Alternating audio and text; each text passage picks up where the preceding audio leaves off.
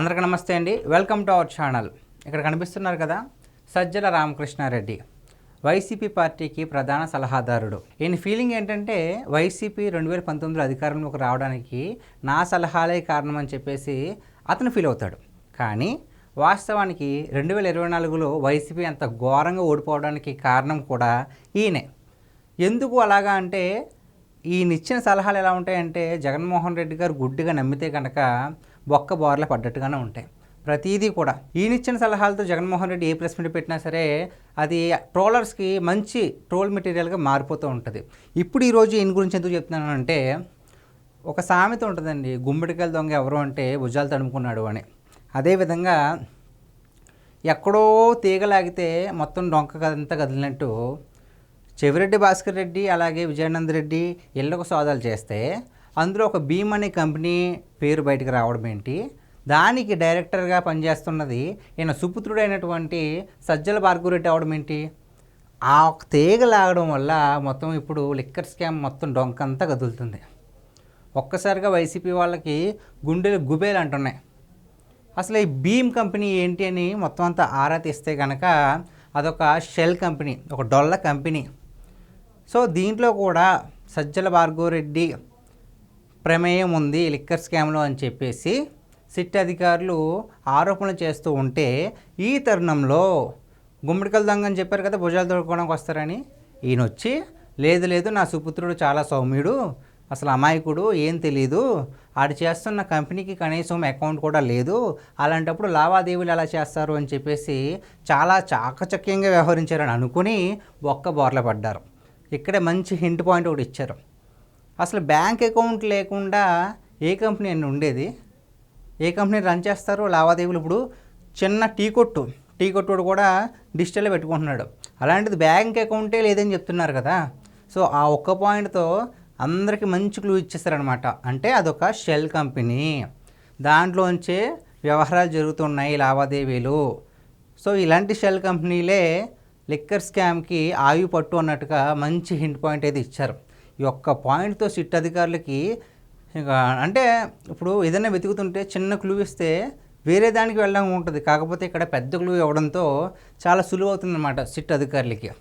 ఈ నేపథ్యంలో ఆయన కొడుకు ఎక్కడ పాపం అమాయకుడు సోమేని చెప్పుకుంటారు కదా, నా కొడుకుని ఎక్కడ అరెస్ట్ చేస్తారని చెప్పేసి దొంగ నాటకాలు వేద్దామని వాళ్ళ మీద వీళ్ళ మీద ఏదేదో చెప్పి నా కొడుకు అసలు బ్యాంక్ అకౌంటే లేదని చెప్పేసి పెద్ద హింట్ అయితే ఇవ్వడం జరిగింది. ఇక ఈయన కొడుకు గురించి వస్తే కనుక ఆయన పేరు సజ్జల భార్గవరెడ్డి. ఆయన వైసీపీ సోషల్ మీడియా ఇన్ఛార్జ్గా ఉండేవారు. ఒక విధంగా చెప్పాలి అంటే వైసీపీ 2024లో ఓడిపోవడానికి తండ్రి సజ్జల రామకృష్ణారెడ్డి ఎంతలాగా కారణమో ఆయన కొడుకు సజ్జల భార్గవరెడ్డి కూడా అంతే కారణం. వైసీపీని చీత్కరించుకోవడానికి ప్రధాన కారణం ఈయన కొడుకే. ఎందుకు అంటే వైసీపీ సోషల్ మీడియాకి ఇన్ఛార్జిగా ఉన్న సజ్జల భార్గవరెడ్డి రకరకాల నీచమైన పోస్టులు, మొత్తం అంతా నాయకుడుగా అన్నమాట. ఇప్పుడు కాలకేయ సామ్రాజ్యానికి రాజు జగన్మోహన్ రెడ్డి అయితే సైన్యాధ్యక్షుడు ఈ సజ్జల భార్గవరెడ్డి. కాలకేయులతో ఎందుకు పోల్చాను అంటే బాహుబలి సినిమాలో ఎంత దారుణంగా కిరాతకంగా ఉంటాయో వాళ్ళ ఆలోచనలు, అదేవిధంగా సొంత చెల్లి మీద కూడా జగన్మోహన్ రెడ్డి గారి సొంత చెల్లి మీద కూడా నీచ వ్యాఖ్యలు రాసిన సోషల్ మీడియా పేజ్ అది. అతను హెడ్గా ఉన్నది ఎవరో కాదు, సజ్జల భార్గవరెడ్డి.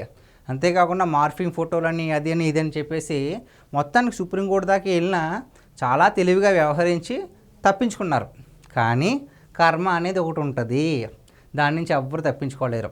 ఇప్పుడు దాకా సజ్జల రామకృష్ణారెడ్డి గారు మాత్రమే జగన్మోహన్ రెడ్డి గారికి అత్యంత ఆప్తుల్లో ఈయన ఒక్కడ మాత్రమే లిక్కర్ స్కామ్లు ఇరుక్కోలేదు. ఉన్నాడో లేదో కూడా ఎవరికి తెలియదు, లేకపోయినా మరి బాగా ఉన్నా సరే బాగా మేనేజ్ చేసాడో కూడా తెలియదు. కానీ కర్మ ఎలా వచ్చింది, కొడుకు ఉన్నాడు అని మొత్తం అంతా కూడా ఒక తీగ లేకపోతే డొంకంతా కదిలినట్టు ఎక్కడో చెవిరెడ్డి భాస్కర్ రెడ్డి విజయానంద్ రెడ్డి వాళ్ళ ఇంట్లో సోదాలు చేయడం ఏంటి, ఈ భీమ్ కంపెనీ గురించి బయటపడడం ఏంటి, ఆరా తీస్తే ఆ కంపెనీకి డైరెక్టర్గా సజ్జల భార్గవరెడ్డి ఉండడం అంటే ఏంటి, ఇదే కర్మ రిటర్న్స్ బ్యాక్ అంటారు చూసారా, సేమ్ ఇది మాత్రమే.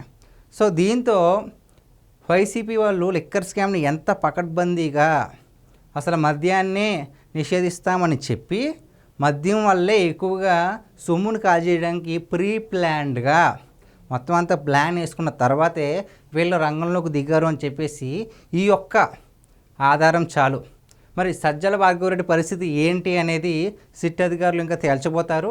సో అంతేకాకుండా ఇది జగన్మోహన్ రెడ్డి గారి దగ్గర దాకా వెళ్ళింది కేసు కాబట్టి రేపో మాపో అంతిమ లబ్ధిదారుడు జగన్మోహన్ రెడ్డి అని కూడా తేలిపోతుంది. సో గైస్, ఇది ఈరోజు మన వీడియో. ఈ వీడియో కనుక మీకు నచ్చినట్లయితే లైక్ చేయండి, షేర్ చేయండి, సబ్స్క్రైబ్ చేసుకోవడం మర్చిపోవద్దు. Thank you.